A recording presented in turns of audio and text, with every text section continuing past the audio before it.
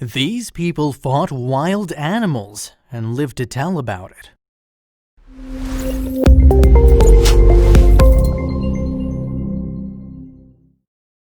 Carl Akeley was a multi-hyphenate. He was a taxidermist, naturalist, conservationalist, and all-around badass. He also had a thing against leopards, which he deemed the lowest of creatures. While on safari in Africa, he shot and failed to kill one of the spotted kitties, and it lunged at him. The cat meant to kill the man, but he stuck his hound down its gullet and asphyxiated it from the inside. This picture was taken after Akeley retrieved his hand. It was early one morning when a black bear had followed the Moyers' dog into their home.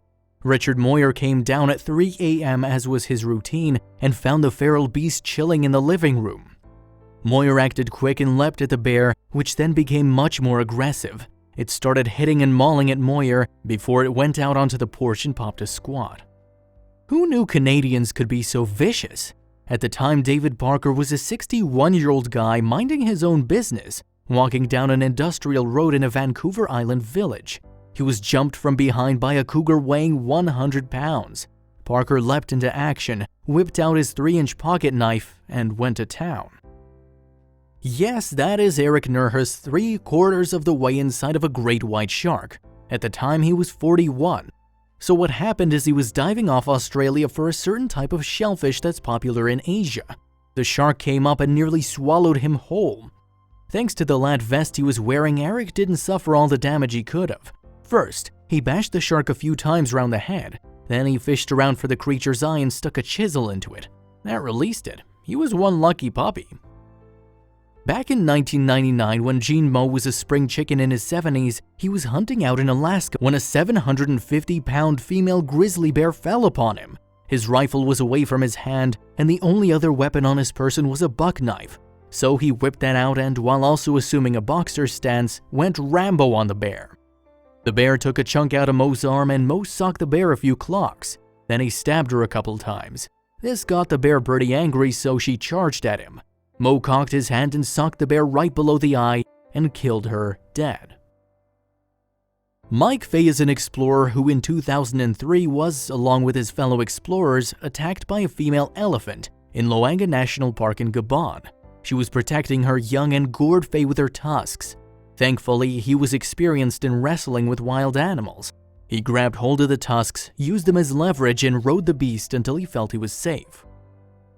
Roy Horn of Siegfried and Roy fame was mauled by his own pet white tiger in October of 2003.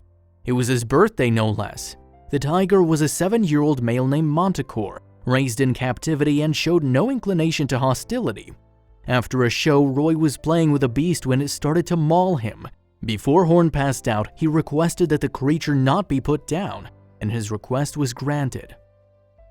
Daniel Radcliffe portrayed Yossi Ginsberg in the thriller Jungle, which documented the latter's survival in the jungle for 19 days after getting separated from his group.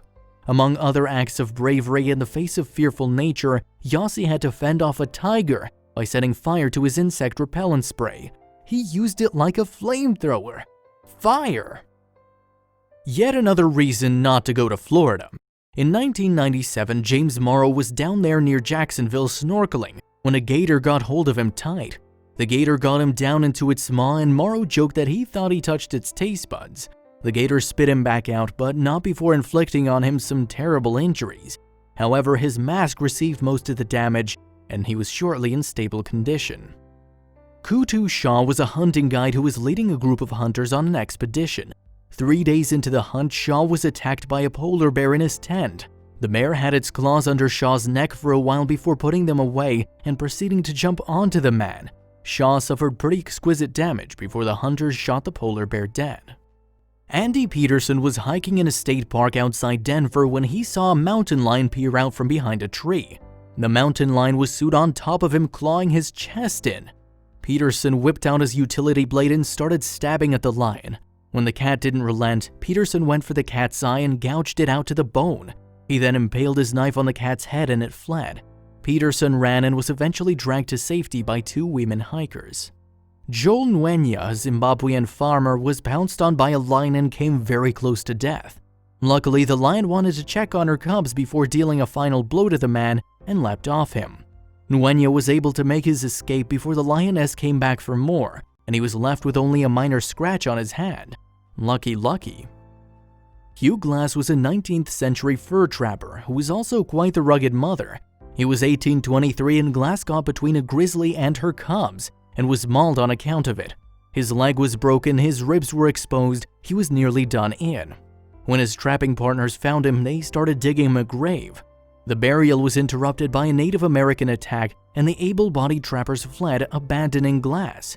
But Glass was resilient. He woke up and crawled 200 miles to the nearest American settlement. Looks like beasts aren't always non-human.